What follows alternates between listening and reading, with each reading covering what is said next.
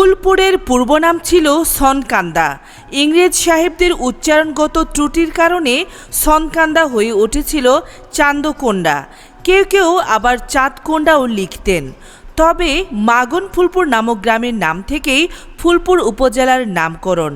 আজ শুনব এই এলাকার মানুষের নির্বাচনী জনমত।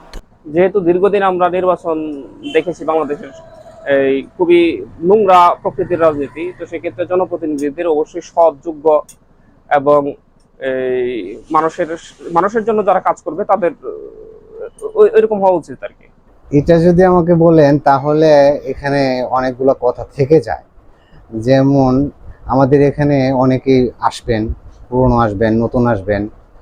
আর আমি মনে করি, ব্যক্তিগতভাবে মনে করি যে একজন জনপ্রতিনিধি তার প্রথমে থাকতে হবে তার চারিত্রিক বৈশিষ্ট্য, এবং সে কেমন, সে তার কাছে গেলে আমরা কতটুকু নিরাপদ, তার কাছে গেলে আমরা কতটুকু সেবা পাবো, আমরা আমাদের এই ফুলপুরবাসী কতটুকু সেফটি থাকবে, তাকে আমরা কিভাবে কতটুকু কাছে থেকে পাবো, এরকম। আর অবশ্যই তার একটা শিক্ষাগত যোগ্যতা লাগবে, এবং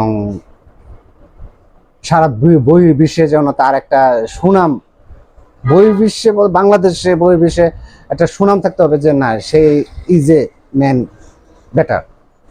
আমার মনে হয় যারা ভালো তাদেরকে বিচার করতে হয় না। এবারে নির্বাচনে নতুনত্ব আসা জরুরি, নতুনত্ব আসা জরুরি। বাংলাদেশের স্বাধীনতার পর থেকে এই দীর্ঘ অনেক একটা সময় পাইছে মানুষ, কিন্তু এই তাদের ভাগ্য পরিবর্তন হয়নি, বা নেতারা যত নেতায় আসছে, যত প্রতিনিধি আসছে, প্রত্যেকেই তাদের নিজের স্বার্থ নিয়েই কাজ করছে। বিদেশে বাড়ি টাড়ি বা তাদের পরিবার নিয়ে কাজ করছে, জনগণের জন্য কোনো কাজ ওইভাবে করেনি। দ্বিতীয় বিশ্বযুদ্ধের পর থেকে জাপান এত উন্নত হইলো, কিন্তু আমাদের দেশ স্বাধীনতার 55 বছর পরে এখন পর্যন্ত কোনো এই রোল মডেলে আসতে পারেনি। এটা আমরা এর পরিবর্তন চাই। আমরা এমন একটা লোক চাচ্ছি যে সার্বিক দিক দিয়ে নিরপেক্ষ থাকবে, সে আমাদেরকে বাঁচার সুযোগ দিবে, থাকার প্রেরণা দিবে, এবং চলার যে উৎসাহ দিবে। সে পুরান হতে পারে বা নতুন হতে পারে,